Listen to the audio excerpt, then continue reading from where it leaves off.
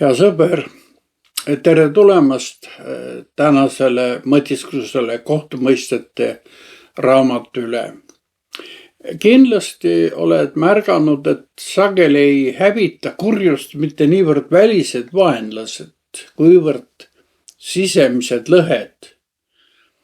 Vale hakkab ühel hetkel sööma iseenda juuri ning pettus ja vägivald sünnitavad uut pettust ja vägivalda. Tänane lugu viib meid umbes 3000 aastat tagasi ajas, aga see lugu kõlab ka ehmatavalt tänapäevaselt. See on lugu võimujanust, populismist ja sellest, mis juhtub, kui inimesed ehitavad oma võimu hirmule. Võtkem siis aega, et kuulata seda originaalteksti ka. Kohtumõistjate raamatu 9. peatükk 26 kuni 41. salm. Aga Kaal, Eebedi poeg, tuli koos oma vendadega ja nad asusid Seekemisse. Ja Seekemi kodanikud usaldasid teda. Nad läksid väljale ja noppisid viinamarju oma viinamägedelt ning surusid mahla ja pidasid peo. Nad läksid oma jumalakotta ning sõid ja jõid ja sajatasid Abimelekit. Ja Kaal, Eebedi poeg, ütles, kes on Abimelek ja mis on Seekem, et me peame teda teenima. Eks ta ole Jerubaali poeg ja Sebul tema käsutäitja. Teenige Seekem isa Aamori mehi. Miks peaksime teda teenima? Jah, antakse rahvas ometi minu käe alla. Ma ajaksin Abimeleki ära. Ja ta ütles Abimelekile, suurenda oma sõjaväge ja tule välja. Kui Sebul linna ülem kuulis Eebedi poja Kaali sõnu, siis süttis ta viha põlema ja ta läkitas salaja käskjalad Arumasse Abimelekile ütlema, vaata Kaal, Eebedi poeg, ja tema vennad on tulnud Seekemisse ja näe, nad ässitavad linna sinu vastu. Aga tõuse nüüd öösel sina ja rahvas, kes on koos sinuga ja varitse väljal. Ja hommikul, kui päike tõuseb, asu varakult teele ja mine linnale kallale ja vaata, kui Kaal ja rahvas, kes on koos temaga, tuleb välja su vastu, siis talita temaga, nagu su käsi jaksab.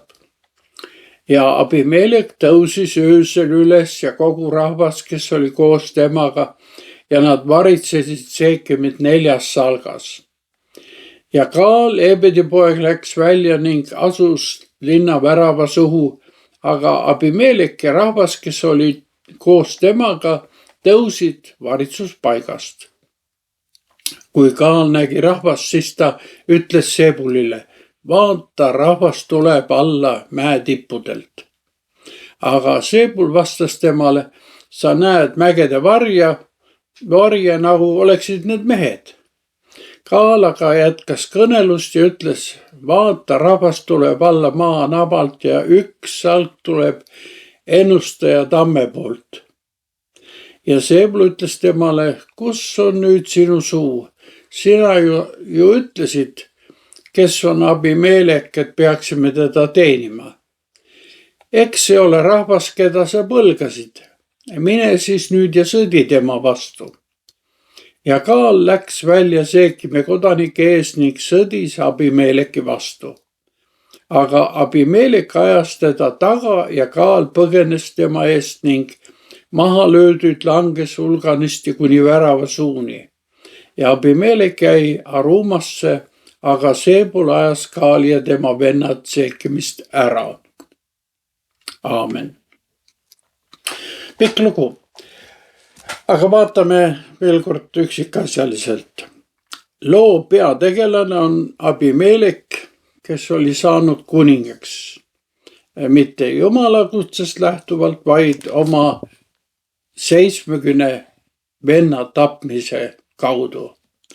Näib nagu kurjus võidutseks, kuid piibel näitab, et ebaõiglusele rajatud riik ei püsi kaua. Vägivallale rajatud riik ei suuda kunagi luua stabiilset ühiskonda. Just sellel süngel taustal ilmub välja uus tegelane, Kaal, Eebedi poeg. Pole kiuslik, et nimi Kaal tähendab tülgastust ja Eebed orjust või ka teenimist. Ta on klassikaline populist, see Kaal. Populist, kes kasutab osavalt ära tekkinud võimuvaakumit ja inimeste rahulolematust. Viinamarjade korjamise pidustustel, kui inimesed on purjus ja enesekindlad, hakkab Kaal Abimelekit pilkama. Ta esitab retoorilise küsimuse. Kes on Abimelek ja mis on seekem, et me peaksime teda teenima? Kaali eesmärk ei ole rahvast Jumala poole tuua. Ta ei kutsu tekkinud kitsikuses meeleparandusele. Ta ütleb hoopis, antakse rahvas ometi minu kätte. Ma ajaksin Abimelek ära. Selline purjus enesekindlus on meile hilisemaski ajaloos üsna tuttav.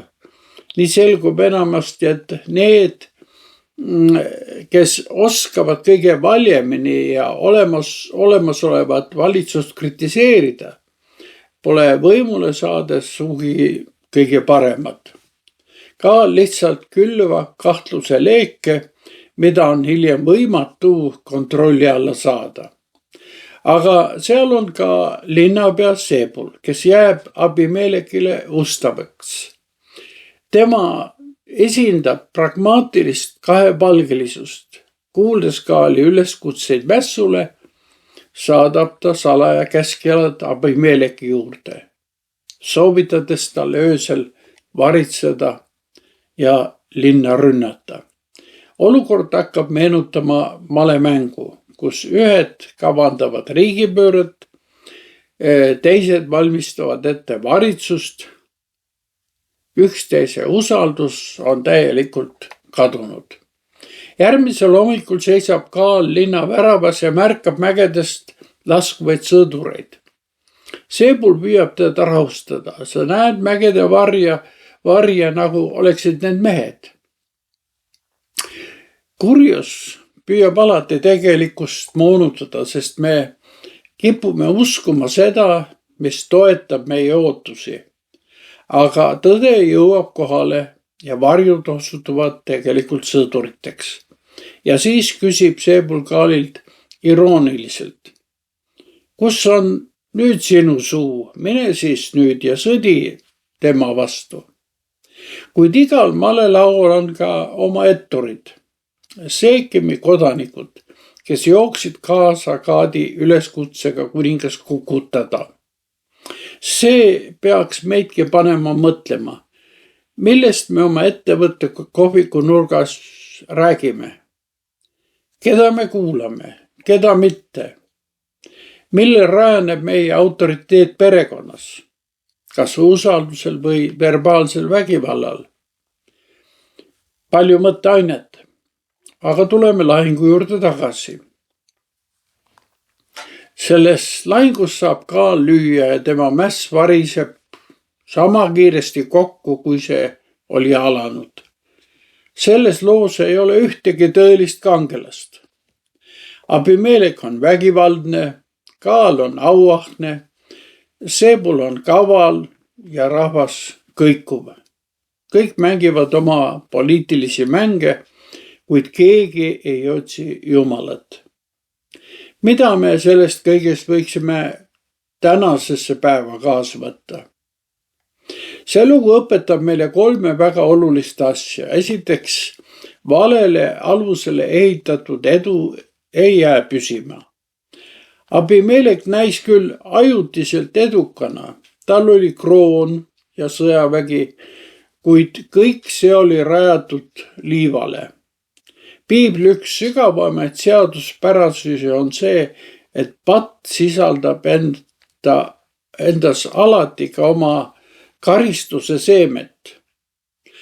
Jumala karistus väljendub ka patu tagajärgede maitsmises. Tema õiglus võib viibida, kuid ta ei jää tulemata, sest ta ei lase kurjusel lõputult valitseda. Teiseks, me peame hoiduma populistide poolt pakutavatest väga lihtsatest lahendustest. Tänagi on neid, kes kihutavad rahvast üles, kuid neil puudub alandlikkus ja jumala kartus. Kriitilistel hetkedel ei vaja ühiskond mitte õhutajaid, kes juhivad meid veelgi suuremasse kaosesse, vaid tasakaalukaid juhte. Kõlavad sõnad ja loosungid ei tähenda veel tarka juhtimist. Ja lõpuks suurim võitlus toimub meie enda südamete pärast. Me võime kuulda küll selle loo tegelastest ja mõelda, need olid tõesti rumalad ja kurjad, aga piibel küsib meilt hoopis, kuidas on lood sinu ja minu südamega. Kas sa otsid võimu või tahad oma rahvast ja perekonda teenida? Vaadates aga kuuldud terve piibli kontekstis, mõelgem Kristusele. Kui Abimelek haaras võimu mõõgaga, siis Jeesus loobus võimust ja löödi risti. Abimelek tappis oma vennad, et ise valitseda. Jeesus aga andis oma elu meie kõigi eest, et me võiksime elada. Üks kuningriik rajati verevalamisele, teine ohvrimeelsele armastusele. Millist kuningriiki esindame meie? Millist kuningriiki me valime? Kui maailm ütleb sulle haara võim ja päästa iseennast, siis Kristus ütleb õpi teenima. Kes oma elu minu pärast kaotab, see leiab selle. Need on kaks täiesti erinevat teed, millest üks lõpeb varemetes ja teine ülestõusmises. Kohtumiseni.